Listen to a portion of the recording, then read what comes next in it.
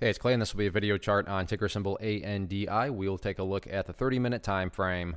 Real quick, what do I mean by 30-minute in case maybe you're new to charts? Instead of each one of these candlesticks here representing 1 day's worth of price action, which is what you would normally see, each one represents 30 minutes. So while this here may look like, let's do this instead. This portion here may look like, a few weeks of time. It's actually just the past 2 days broken down into 30-minute time slices.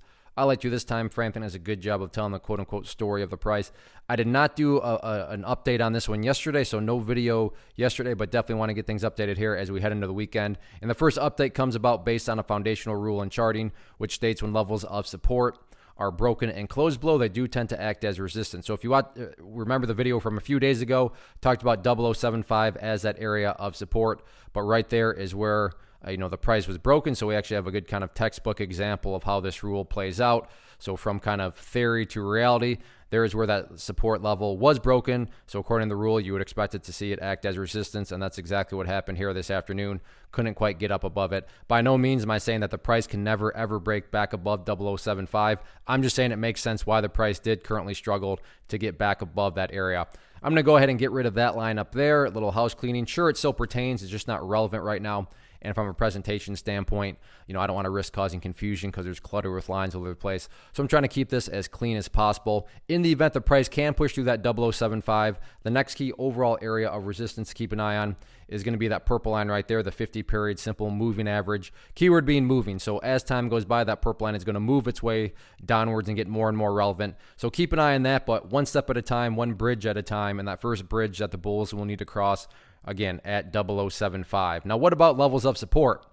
Where are some next potential areas that this thing could find some buyers at? So let's talk, areas where in the past people have been willing to buy. First key area is just where the buyers really stepped in today, and I think that makes pretty good sense with the past history. Yeah, it does. Right there at about 0055. Why do I say that makes sense?